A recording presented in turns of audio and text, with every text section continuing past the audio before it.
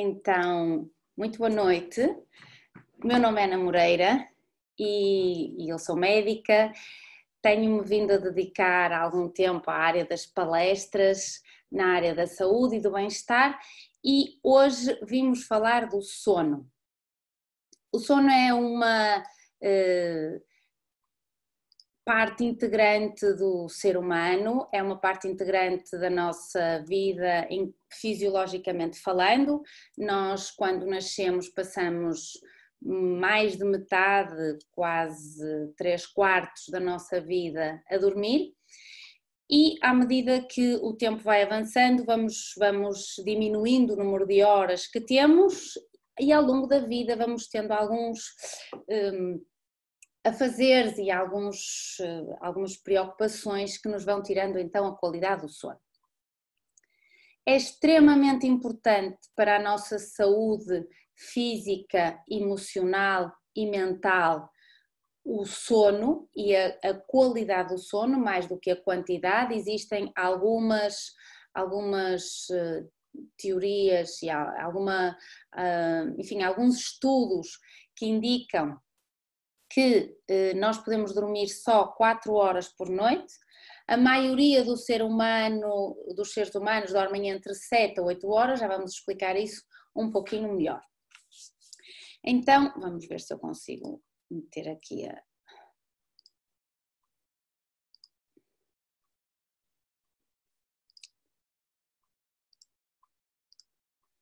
Muito bem. Então, como sempre, pedir-vos, primeiro agradecer-vos, estarem mais uma vez aí a ouvir-me e pedir que nos sigam. Como assim está tudo bem? Pronto, Totozinho, agora deixa estar. Pronto, manda ao Léo para pedir à Anabela, para pedir à Anabela da comunicação. Então, pedir que nos sigam nas redes sociais, o que facilita a difusão das ideias e daquilo que vamos dizendo, e contar-vos que a partir desta semana já contamos abrir dentro de alguns horários, nomeadamente com os testes imunológicos em relação ao vírus. Portanto, depois, quem quiser saber mais, através dos nossos canais, podemos vos informar. Então, e porquê é que eu resolvi falar do sono hoje? Primeiro, porque como estamos em casa, não estamos na nossa rotina e com algumas preocupações, isso dificulta ou piora ou agrava a qualidade do nosso sono.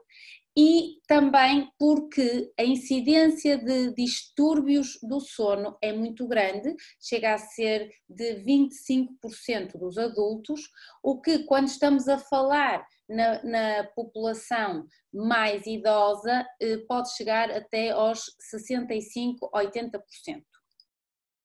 Então, o sono, do ponto de vista fisiológico, é um estado fisiológico complexo que ocorre de maneira cíclica e o sono não pode ser evitado.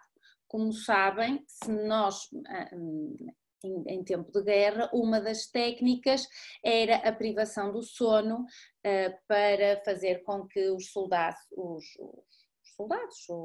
cedessem, os espiões cedessem a falar e a dizer algum tipo de segredos. Portanto, o sono é um estado de consciência diferenciado e não é resultado de uma atividade cerebral reduzida. O que é que isto quer dizer? Que a maioria de nós pensa que vai dormir para descansar e isto não é verdade. O sono é um estado diferenciado da nossa consciência, no qual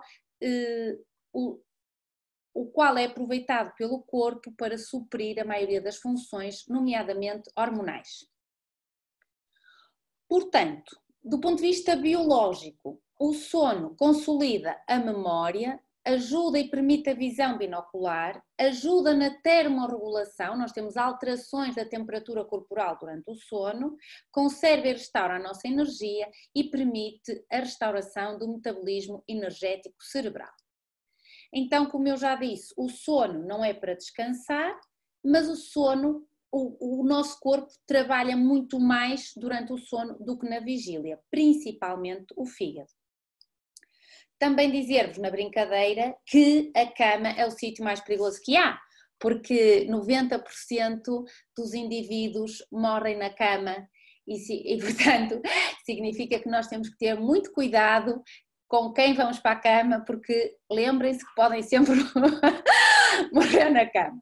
Então, mas eu hoje vim-vos falar de coisas sérias. Então, o estado do sono. Portanto, o sono tem um padrão de ondas cerebrais muito típico. Aqui na figura vocês conseguem ver o padrão de ondas cerebrais. As figuras e os slides estão no YouTube ou no Zoom. Portanto, quem nos quiser acompanhar e visualizar as figuras, faça o favor de nos juntar nos outros canais, como é que se diz? Nas outras redes sociais.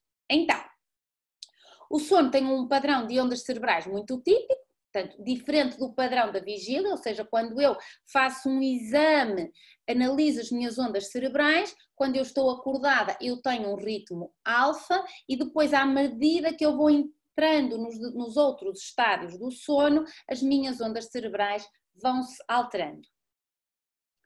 Então nós podemos considerar que o cérebro tem dois ciclos, portanto o ciclo do sono, o ciclo da vigília, que alternam entre si nas 24 horas. Isto é o que se chama o ritmo circadiano. O ritmo circadiano, portanto a palavra, bem, como é que se diz? Circa significa em torno de, dia do dia, ou seja, o que é em torno do nosso dia, portanto qual é o ritmo que nós temos ao longo do nosso dia. Já os egípcios falavam muito no ritmo circadiano e têm algumas figuras em que falam na ativação da glândula pineal, já vamos ver isso de uma forma muito interessante. Então, o ritmo circadiano, o que é que nos diz? Que a maioria das funções fisiológicas, biológicas e comportamentais têm um determinado ritmo. Este ritmo é muito importante para a adaptação constante às variações do meio ambiente, que este ritmo é de natureza endógena, que tem a ver com o ciclo da luz e do dia, que normalmente varia entre 24 horas e que, portanto, se chama de ritmo circadiano. Este ritmo circadiano é gerado por um núcleo que se chama o núcleo supraquiasmático, como estão a ver aqui no slide, que é localizado numa glândula que temos aqui na mona, que se chama o hipotálamo. Ou seja, o nosso hipotálamo tem uma estrutura mais pequenina que se chama núcleo supraquiasmático e esta estrutura é que é responsável então por esta regulação. E como veem aqui também a roxo, temos a glândula pineal, que é uma bolinha atrás do hipotálamo. Estas duas estruturas são as mais importantes quando estamos a estudar o sono e as funções endócrinas e hormonais. Então este núcleo supraquiasmático, além de regular o ritmo circadiano, também vai regular os outros osciladores, ou seja, as outras estruturas que são responsáveis pelos ritmos nos outros órgãos, nomeadamente órgãos periféricos, como seja o rins, como seja o fígado. Portanto, não falamos só num ritmo circadiano a nível cerebral, mas também falamos por um ritmo de todo o nosso corpo. Um dos principais targets deste núcleo é a glândula pineal. E como é que isto funciona? Portanto, durante o dia, ou seja, durante o período em que existe luz, há uma inibição, porque a luz entra pela minha retina e vai pela via óptica e inibe esta estrutura que se chama então núcleo supraquiasmático. E, portanto, este núcleo não me vai ativar a glândula pineal. Durante a noite, ou seja, quando existe o período da escuridão, portanto, desde que o sol se põe, existe uma estimulação pela escuridão do meu olho, há uma estimulação do núcleo supraquiasmático e há uma ativação da glândula pineal com a consequente libertação da hormona que é produzida na glândula pineal, que se chama melatonina. A melatonina é muito importante porque sinaliza então o dia e a noite para todos os tecidos no corpo, além de ser muito importante para a imunomodulação e para alguma atividade no que diga respeito à neurogênese em termos cerebrais. Inclusivamente existem alguns estudos sobre altas doses de melatonina, que isso pode ser considerado como hormona anti-envelhecimento, como uma hormona anti-Alzheimer, nomeadamente como uma hormona capaz de reverter a menopausa. Então, podemos dedicar uma palestra só a isso. Uma das minhas teses de uma pós-graduação foi exatamente na melatonina, portanto, eu aconselho a toma da melatonina exógena em algumas situações, ou seja, nós temos a nossa melatonina endógena que cai obrigatoriamente a partir dos 30, 35 anos, portanto, lamento imenso avisar-vos que sim, já estão a envelhecer e, portanto, pode haver necessidade e até algum interesse em darmos então alguma dose de melatonina exógena. Então esta figura aqui indica-nos como é que é a produção hormonal ao longo do dia. Portanto, durante a noite eu estou a libertar hormonas a partir do momento em que o sol se põe, é por isso que ativamos o nosso sistema nervoso parasimpático e a partir daí, com a ativação da glândula pineal, com a produção da melatonina, a melatonina depois dá a ordem a que se produzam uma série de hormonas, nomeadamente as hormonas tiroideias, nomeadamente hormonas como a grelina e a leptina, o que nos fazem controlar o peso. Por isso, se alguém desconfia, porque é que não consegue emagrecer, porque é que tem dificuldade em perder peso, ou dificuldade em manter o peso, uma das justificações tem a ver com o sono. Provavelmente não dorme bem ou tem uma insónia crónica que não lhe permite, portanto, emagrecer. Isto foi o que eu já falei, portanto, nas primeiras horas do dia libertamos a hormona tiroideia, cortisol, insulina, que vai aumentar a taxa metabólica e que nos vai, portanto, fazer iniciar as atividades do dia. Então, as alterações do ritmo circadiano, quer seja por jet lag, ou seja, quando estamos na Europa e vamos para a América, ou quando vamos para a Ásia, ou vice-versa, temos uma alteração do ritmo circadiano, ou porque trabalhamos por turnos, ou porque trabalhamos à noite, ou porque deixamos a luz da televisão ligada, ou por causa das radiações eletromagnéticas, ou por causa da falta de sol, ou porque não comemos vitaminas suficientes, temos alterações deste ritmo circadiano, com doenças físicas, nomeadamente ansiedade, depressão, insónia crónica, dificuldade de concentração e níveis de desempenho mais baixos, diabetes, dificuldade de perder peso, déficit imunitário e, eventualmente, está-se a estudar o cancro. Ok? Portanto, o cancro também pode estar relacionado com a insónia crónica em virtude deste déficit imunitário que resulta de não estarmos a ativar a glândula pineal.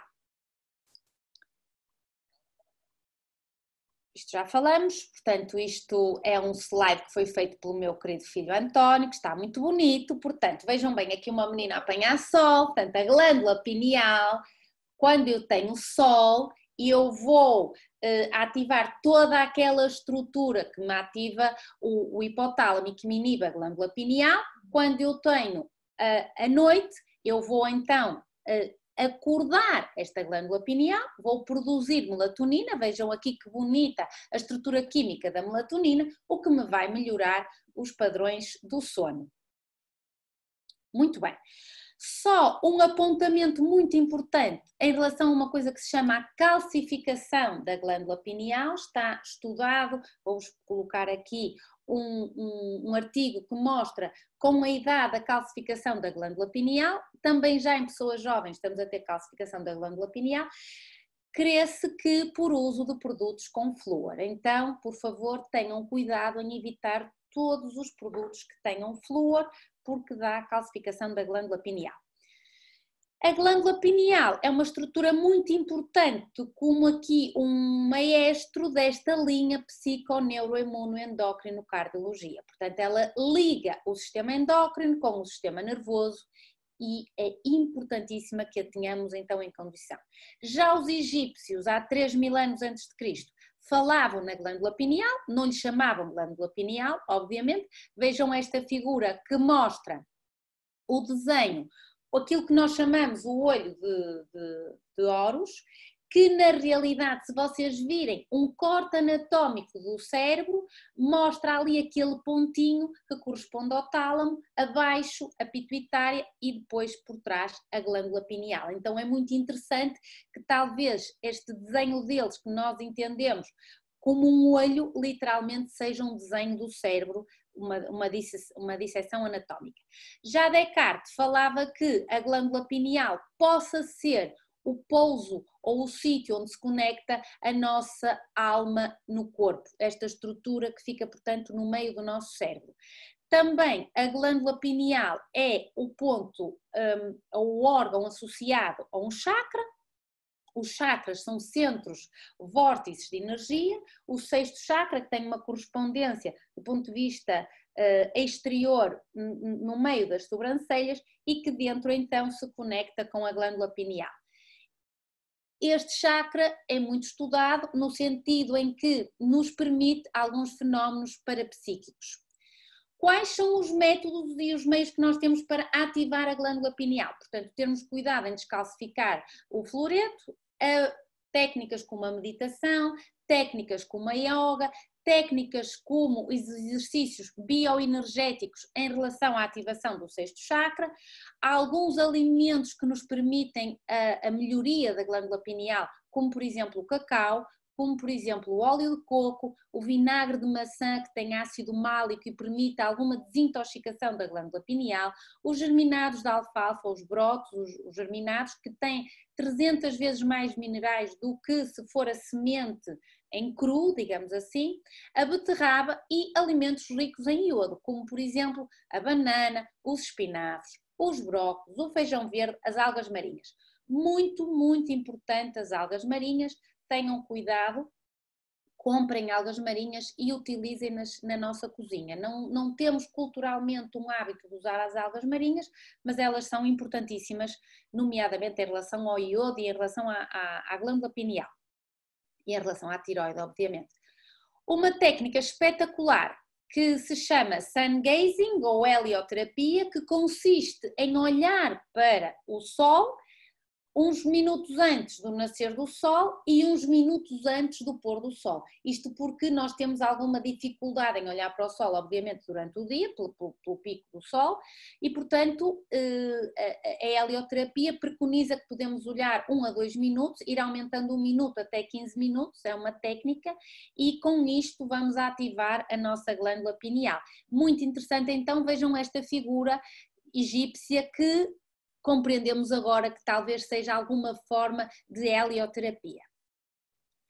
Então, mas o que é que se passa no nosso cérebro durante o sono? E hoje é uma mini palestra, portanto eu não me vou alargar muito. O que é que se passa no nosso cérebro durante o sono? Portanto, estudando o cérebro e as ondas cerebrais do ponto de vista do eletroencefalograma, nós vemos que quando estamos acordados, nós estamos em vigília e, portanto, temos umas ondas que se veem assim todas bem desenhadinhas e que se chamam as ondas beta, quando estamos a trabalhar, quando estamos no dia-a-dia normal. As ondas alfa já são umas ondas mais lentas e com menor amplitude e com menor variabilidade que as ondas beta. Portanto, aqui já indica algum período de relaxamento, por exemplo, durante a meditação. As ondas teta já são ondas entre os 4 e os 8 Hz e aqui já estamos a associar isto a um estado hipnótico ou durante o sonho ou durante a fase do sono que se chama Rapid Eye Movement ou sono REM. Portanto, elas são mais lentas em frequência e maiores em amplitude. E depois, as ondas delta, estas são a expectativa de que possamos ter durante uma fase do sono, durante o sono profundo, muitas vezes não temos, aqui é quando realmente nós conseguimos o descanso absoluto e isto só existe durante o sono profundo. Queria falar-vos muito rapidamente que a medicina tradicional chinesa fala num horário pelo qual a energia, o Qi, passa nos nossos órgãos e, portanto, nós precisamos de estar a relaxar, por exemplo, quando a energia passa nos órgãos da vesícula biliar e do fígado. Ou seja, a vesícula biliar entre as 11 e 1 da manhã, o fígado entre a 1 e as 3 da manhã. Portanto, significa que entre as 11, a partir das 11 horas, eu já devo estar a descansar para que quando a energia passa no fígado e depois passa para a vesícula, que realmente é quando há uma maior desintoxicação do fígado, entre a 1 e as 3 da manhã, haja uma maior regeneração. Depois é a hora do pulmão, entre as 3 e as 5 da manhã, portanto é quando verdadeiramente já nos começamos a levantar. É importante que já tenhamos dormido uma boa parte da noite e depois entre as 5 e as 7 da manhã é a hora do intestino grosso, esta era a hora em que nos devíamos levantar, que devíamos ir evacuar o intestino, exatamente porque é a hora do intestino grosso, e depois entre as 7 e as 9 da manhã então começarmos a ingerir alguma coisa porque é a hora do estômago. Então o sono tem 2 padrões fundamentais, portanto o sono que é o não REM e o sono REM, portanto o sono não REM é o que representa cerca de 75% do nosso sono.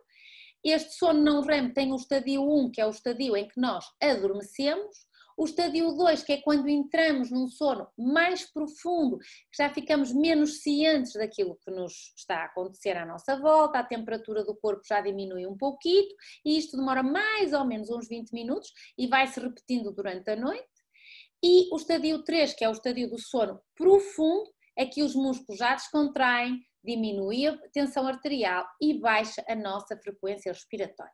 Aqui entram as ondas delta. E depois o estadio 4, que é o estadio do Rapid Eye Movement, ou REM, que é um estadio no qual os olhos se movimentam, aumenta a frequência respiratória e aumenta a atividade cerebral. É nesta fase que surgem então os sonhos. Estes sonos não REM e REM vão se repetindo durante a noite, portanto durante o sono, e ocorrem em ciclos alternados. É muito importante prestarmos atenção se acordarmos durante a noite de quanto em quanto tempo acordamos, porque a duração de um sono completo deve ser mais ou menos uns 90 minutos. Por isso 1h30, ou seja, 1h30, 3, 4 e meia, 6. Portanto, um adulto pode dormir 6 horas de duração e ter uma qualidade de sono extraordinária. Que é mais importante? Porque é que nós devemos dormir bem? Quando nós dormimos e quando existe então este início deste estadio 2 em que entramos em sono profundo, em que há o relaxamento dos nossos músculos, existe um fenómeno que se chama a descoincidência, que é quando o nosso corpo energético, o nosso campo eletromagnético, descoincide do nosso corpo físico, que é o nosso corpo anatomicamente falando. Este fenómeno da descoincidência é o fenómeno que depois vai permitir que o corpo energético e o psicossoma possam sair literalmente do meu corpo físico e permitem então um fenómeno conhecido por uma projeção astral ou uma experiência fora do corpo. Esta projeção astral, esta experiência fora do corpo, é um fenómeno parapsíquico que nós devíamos esforçar-nos e treinar-nos para termos todos os dias, se possível, quando estamos a dormir, embora possamos ter durante o dia se nos treinarmos para isso. Portanto, a sensação é exatamente esta, temos a consciência de que estamos a sair do corpo e conseguimos até olhar para baixo e vermos o nosso corpo deitado na cama e nós estamos como se estivéssemos a flutuar, como mostra esta figura lindíssima. E, portanto, podemos ter a noção de que estamos a passar por um túnel, ou termos uma luz brilhante, ou irmos, enfim, a outros sítios, ou não irmos a lado nenhum, podemos planear ir só ali à Ponte da Rábida. Portanto, o nosso psicossoma, que é o nosso corpo emocional, vai então viajar, do ponto de vista astral, na dimensão extrafísica e vai nos permitir aceder então a esta dimensão extrafísica que nos permite, nomeadamente, encontrarmos pessoas que já somaram, ou seja, que já deixaram o soma, que já deixaram o corpo físico e, portanto, estão no mundo da dimensão extrafísica. Também podemos ter fenómenos de cosmovisão. O que é que isso significa? Que nós podemos, esta projeção astral pode ser tão significativa que conseguimos ver o planeta Terra, por exemplo, de fora. Isto é uma técnica que foi descrita pelo Dr. Valdo Vieira, que era um médico brasileiro, que escreveu um livro chamado Projeciologia, dentro da área da conscienciologia, que eu vos aconselho então a fazer download, nomeadamente da internet, que é grátis e que podem estudar então as técnicas projetivas para poderem aceder a esta dimensão. Muito bem. Então agora vamos falar de quê? Agora vamos falar do adormecimento. O adormecimento é a fase mais importante do nosso dia. O deitarmos-nos é o momento mais importante do nosso dia. Temos que ter consciência de que estamos sempre todos conectados e, nomeadamente, quando temos filhos, ou se não tivermos filhos, pelo menos mãe tivemos, mesmo que já não esteja neste campo, neste planeta Terra do ponto de vista físico, o campo da consciência superior da mãe está sempre conectado ao campo dos filhos. Significa que quando eu já sou velha caquética, mas tenho um problema qualquer, eu, mesmo que a minha mãe já tenha morrido há 30 anos, eu posso me conectar com o campo de consciência superior da minha mãe, através do meu campo de consciência superior. Então, nós podemos, no adormecimento, conectar-nos, ou basta pensarmos na nossa mãe, no sentido, em termos de consciência, portanto, assim falando. Também podemos usar uma técnica espetacular, que é a técnica da cadeira, portanto, quando temos algum problema, alguma coisa que nos está a preocupar, colocarmos uma cadeira à nossa frente, sentarmos numa cadeira e usarmos esta cadeira com a representação da figura, ou de quem nos preocupa, ou só de querermos alguém que nós achamos que nos possa ajudar, e nós então ativamos o nosso inconsciente com esta técnica. Esta técnica também pode ser usada para escrever aquilo que me preocupa, de preferência... Onde é que está esta porra? Bem, não sei onde é... está aqui. Então, é a técnica de conversar com o nosso mestre interior. Como é que nós fazemos? Então, colocamos a cadeira, sentamos numa cadeira, escrevemos aquilo que nos preocupa, de preferência com uma vela acesa, porque vai ativar o nosso inconsciente, de preferência com um lápis. Não relemos esta folha no dia a seguir podemos queimar ou enterrar na terra ou fazer o que vocês entenderem. E esta é uma técnica que vai descarregar então o nosso subconsciente daquelas preocupações que nos estão a incomodar mais e que vão permitir que tenhamos uma noite mais tranquila. Devemos ter sempre o cuidado de nunca irmos dormir com ressentimentos e lembrarmos de que nunca devemos levar os problemas para a cama. Se estamos muito preocupados com alguma coisa, então realmente o que devemos fazer é a lista de tudo aquilo que nos preocupa, pousamos a lista em cima da mesinha de cabeceira e fazemos a decisão consciente e lúcida de que amanhã resolvo, hoje durante a noite não adianta nada resolver isto. Mas também existe uma técnica que nos ajuda a resolver problemas, esta é muito boa, que se chama a técnica do copo d'água, que é, além do escrever, ou concomitantemente, eu então escolho um determinado problema, eu bebo meio copo d'água a pensar neste problema ou nesta preocupação, meio copo d'água, coloco o meio copo d'água restante na mesinha de cabeceira e depois durmo. Quando no dia a seguir me levanto de manhã, bebo o restante copo d'água. É muito interessante porque isto cria uma ligação no meu inconsciente que faz com que ou durante o dia eu me lembro de algum pedaço do sonho ou no outro dia vou sonhar com alguma coisa, ou tenho algum insight, ou portanto alguma intuição, e isto vai-me permitir ajudar em relação àquele problema, em relação àquilo que me preocupava.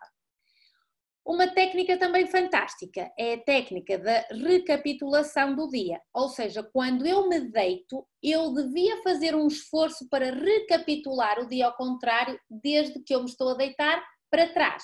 Portanto, eu deito-me, fecho os olhos, sou consciente daquilo que estou a fazer e começo a recapitular o meu dia. Portanto, deitei-me, vesti o pijama, lavei os dentes, fiz xixi, levantei-me do sofá, acabei por ler um livro, tinha jantado, tinha chegado a casa, agora estamos em casa, portanto, passei do sofá para a cozinha, da cozinha para o sofá, portanto, até ao momento em que nos levantamos. Normalmente adormecemos durante este processo, é muito raro chegarmos ao momento em que nos vemos a nós próprios a levantar.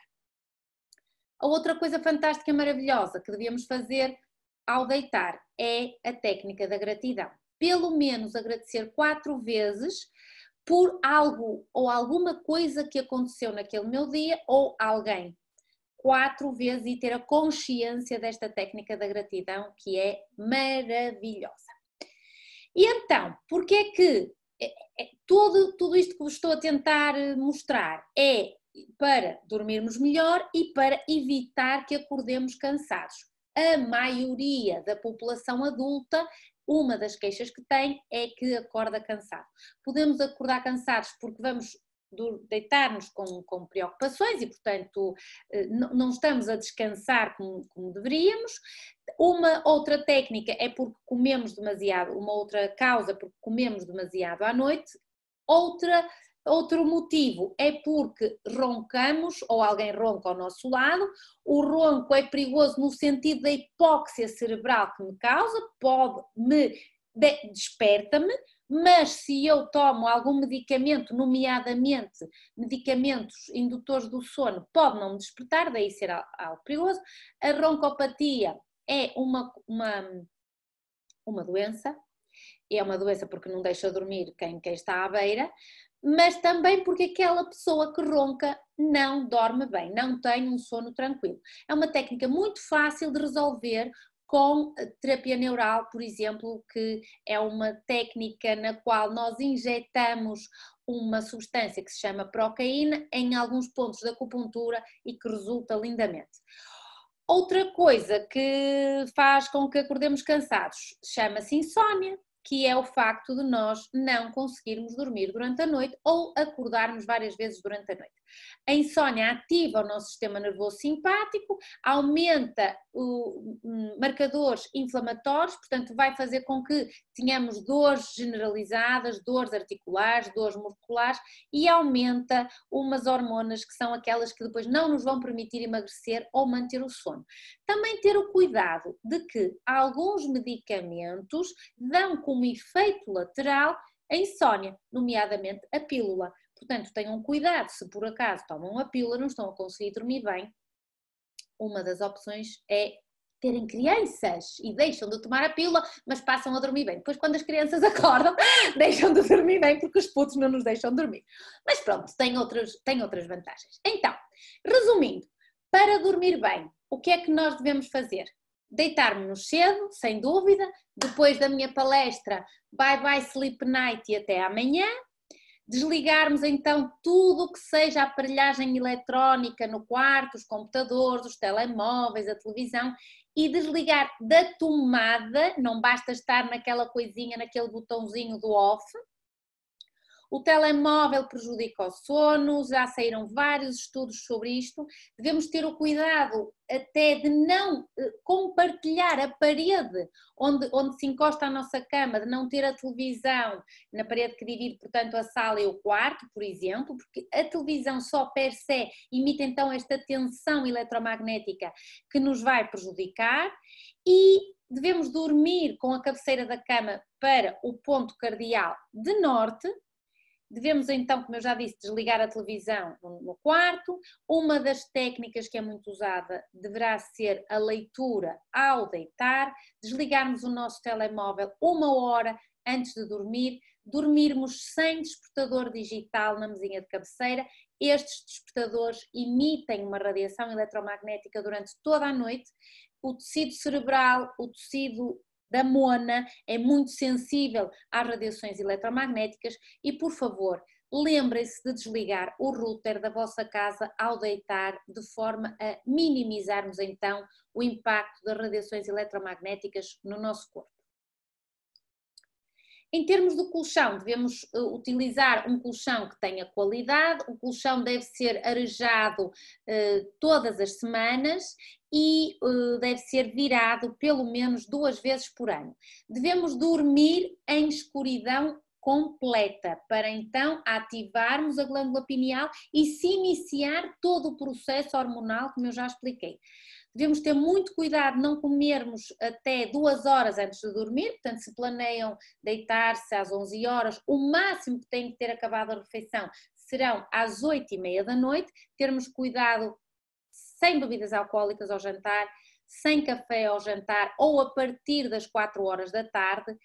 E a temperatura do quarto deve estar mais ou menos entre os 18 e os 20 graus, porque vai facilitar a redução da temperatura central do corpo, o que vai promover a sonolência. E isto implica então que tenham cuidado, por exemplo, no inverno, em não ter os quartos demasiado aquecidos, porque é um fenómeno que pode dar insónia. Em relação às relações...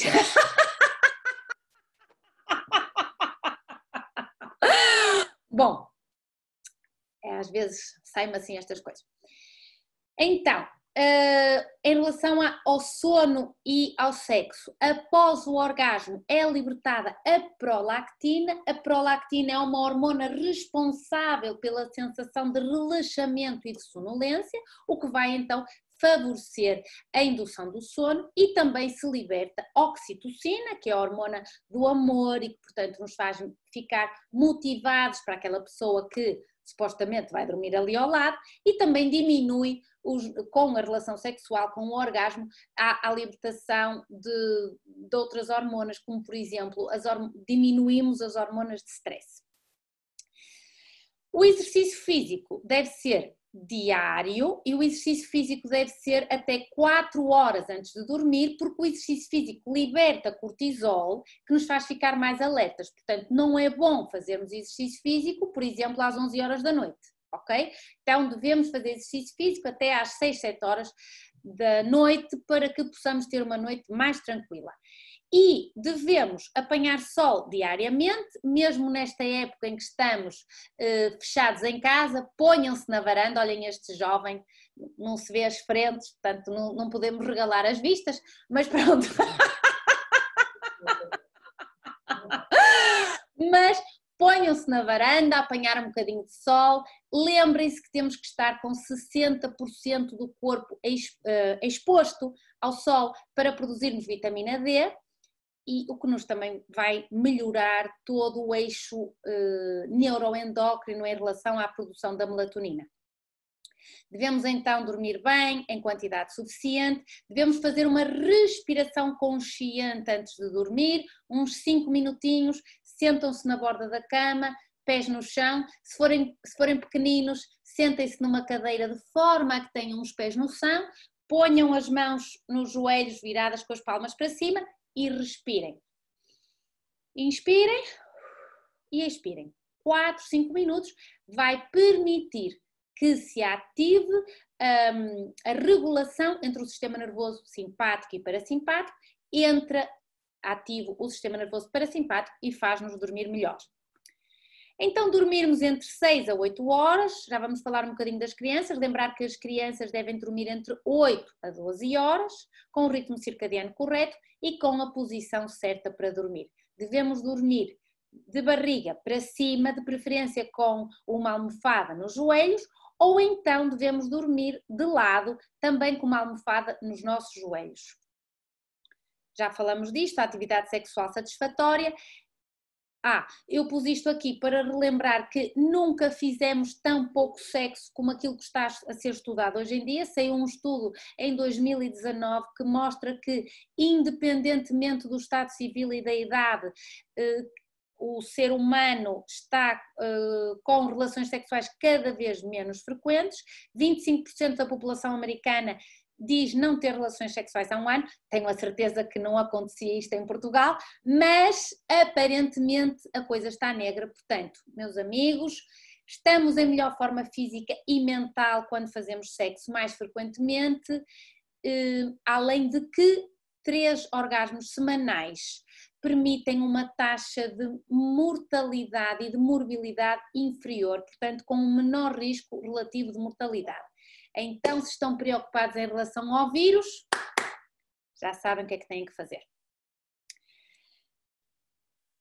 Relembrar, muito importante, uma coisa que se chama geopatia e o sono.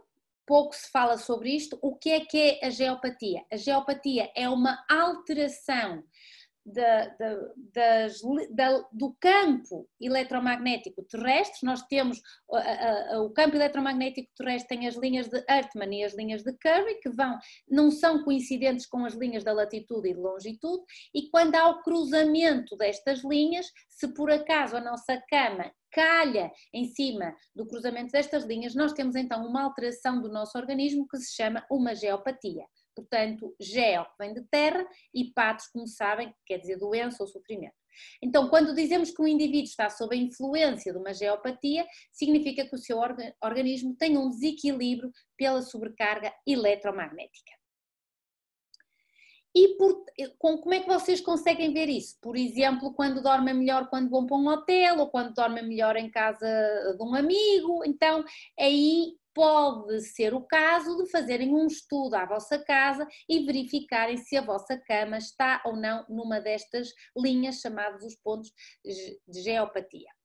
Isto está muito estudado, por exemplo, este artigo científico de 2017 que mostra a relação da asma com uma linha de geopatia. Quando se mudava as pessoas que tinham asma da determinada linha, desaparecia a asma. E há enfim, tenho muita experiência com isto, portanto podia-vos contar imensas histórias, mas não é para hoje, é só para estarem atentos e saberem que isto existe. Existe uma coisa que se chama geopatias e que, portanto, temos que ter cuidado. Então, falar-vos para acabar na toxicidade nos nossos quartos de dormir. Lembrem-se que existe, novamente, toxicidade eletromagnética, a glândula pineal é radiosensível, a presença das radiações eletromagnéticas inibe a secreção da melatonina, portanto nós não entramos em sono profundo quando temos radiação eletromagnética. Lembrar a toxicidade ambiental da madeira, do chão e dos móveis em relação aos produtos com que são feitos as camas, por exemplo, as alcatifas. Também termos cuidado em relação aos produtos que são usados para limpar o nosso quarto, e estes produtos têm produtos químicos tóxicos ou perigosos e que de alguma forma nos causam nós inalamos estes produtos. As bolas de naftalina, por favor, nem pensar, e o material dos próprios lençóis. Portanto, os lençóis podem ter um químico chamado o formaldeído, que está relacionado a alguns problemas respiratórios e que, neste momento, estão a fazer alguns estudos em relação ao cancro. Portanto, termos muito cuidado com a toxicidade ambiental. O facto de não cheirarmos ou de não termos nenhuma reação alérgica não significa que isto não exista. Cada vez existe mais poluição ambiental e, portanto, arejar muito bem os quartos de manhã de forma a que possamos libertar estes vapores. Só uma nota em relação às crianças, em relação ao sono e às crianças. Realmente é muito importante o sono nas crianças. Um bebê deve dormir entre 16 a 20 horas por dia. Aos 5 anos o recomendável é dormir entre 10 a 12 horas por dia e na adolescência entre 7 a 9 horas por dia. A hora de deitar das crianças deve ser uma hora tranquila, calma, em que se deve estabelecer uma rotina para a criança saber que aquele é o momento de entrar no adormecimento. O adormecimento é desde o momento em que se decide começar a preparar a criança para o sono, e esse período pode ir de 30 a 1 hora consoante as crianças. Se é uma criança hiperativa, vai necessitar de 1 hora para este adormecimento. em que já sabe quando começa a lavar os dentes, quando começa a despir-se ou pode ir tomar um banho, em que vão ler uma história. Portanto, consoante a personalidade da criança, nós temos que ter mais ou menos cuidado com esta rotina do sono. Obviamente que devemos evitar agitações ou estímulos no momento antes de dormir, porque isso vai agitar a criança, vai fazê-la perder o sono, e cortar com os telemóveis, cortar com a televisão, cortar com a internet, cortar com os computadores, cortar com as consolas. As crianças, muito mais do que os adultos, são hipersensíveis às radiações eletromagnéticas. Portanto, 2 horas antes da criança supostamente ir dormir, devemos cortar com tudo o que seja aparelhos eletrónicos. Cortar com os aparelhos eletrónicos 2 horas antes das crianças irem dormir. Não gostam de ouvir isto, mas é o que está estudado e é o que deve ser feito. Se a criança deve ou não dormir com os pais, isso vai depender dos pais, vai depender da idade da criança. A criança deve ser ensinada que deve dormir no seu quarto, obviamente dependendo da idade, e deve ser favorecido um quarto no qual a criança se sinta bem e que, portanto, não tenha necessidade de ir para o quarto dos pais. Se a criança vai para o quarto dos pais é porque não está bem e deve ser conversado. E depois os pais têm que estabelecer uma rotina na qual, onde proibir a criança de ir para o quarto, para o seu próprio quarto. E eu acho que temos que ser muito rigorosos em relação a este assunto, porque uma criança que acorda de noite significa que não vai crescer bem. Portanto, se tem uma criança que acorda todas as noites para ir para o quarto dos pais, esta criança não pode estar a crescer em condições. Pode estar a crescer em peso e em altura, mas do ponto de vista neuroendócrino não se está a desenvolver adequadamente. Então, muito cuidado com isto. Portanto, meus amigos, eu digo sempre que vou dar uma rapidinha e depois já vão em 48 minutos.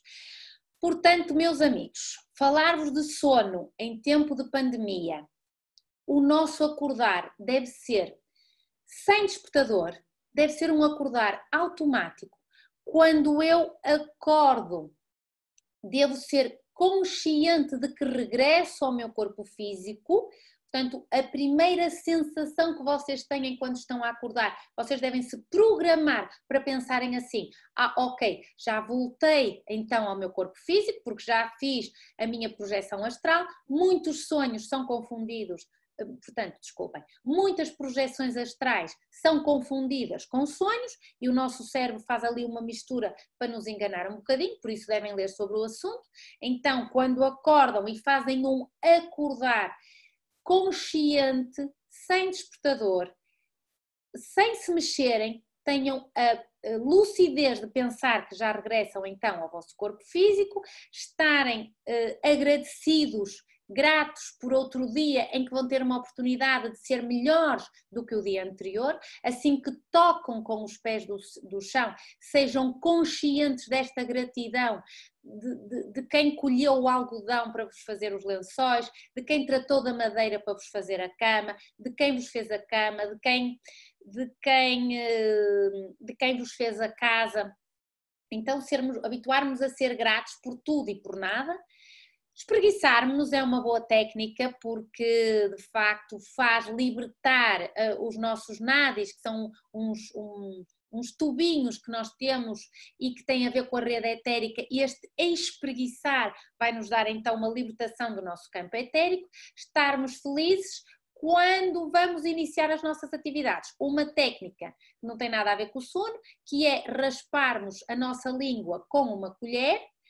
É fantástico porque as toxinas do trato gastrointestinal depositam-se muito no fundo da língua e depois habituarem-se a lavar os dentes e depois de lavar os dentes então beberem um copo de água morna com umas gotas de limão. Habituarem-se a olhar para a língua, a saúde da nossa língua é muito importante, ou melhor, a língua é uma reflexoterapia, conforme a cor e se existem algumas áreas mais ou menos pigmentadas, eu consigo ver se estou mais ou menos saudável. E também fazerem alguma atividade física, nomeadamente um yoga ou fazerem os exercícios tibetanos, que são os rituais de movimento do corpo, que então nos faz entrar em pleno funcionamento. E prepararem-se para mais um dia com a consciência de que, de facto, viemos aqui para ser muito felizes. Portanto, Meus amigos, isto foi o máximo que eu consegui dar de rapidez. Então, se gostaram, pedir-vos sempre que partilhem as palestras, que nos sigam nas redes sociais, temos os canais à vossa disposição e convidar-vos a estar live, vai ser o meu primeiro live no Insta, a pedido da minha filha, que se vai intitular Acabei o meu relacionamento e agora? Obviamente que esta vai ser uma palestra a pensar então na adolescência, mas temos tido imensos pacientes que nos contactam em virtude de estarem com os cônjuges em casa e já termos alguns vasos partidos e, portanto, vamos tentar ajudá-los neste período mais conturbado das nossas vidas. Muito obrigada por terem estado aí. Vou agora permitir algumas perguntas. Temos aqui alguma pergunta? Vamos ver se temos aqui alguma pergunta.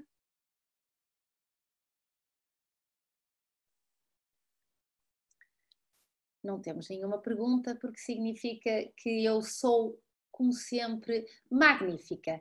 Então foi um prazer ouvir-vos e vamos nos ver na terça-feira.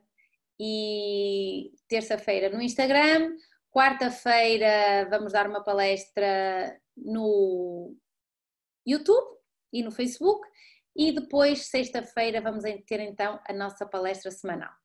Até à próxima. Muito obrigada.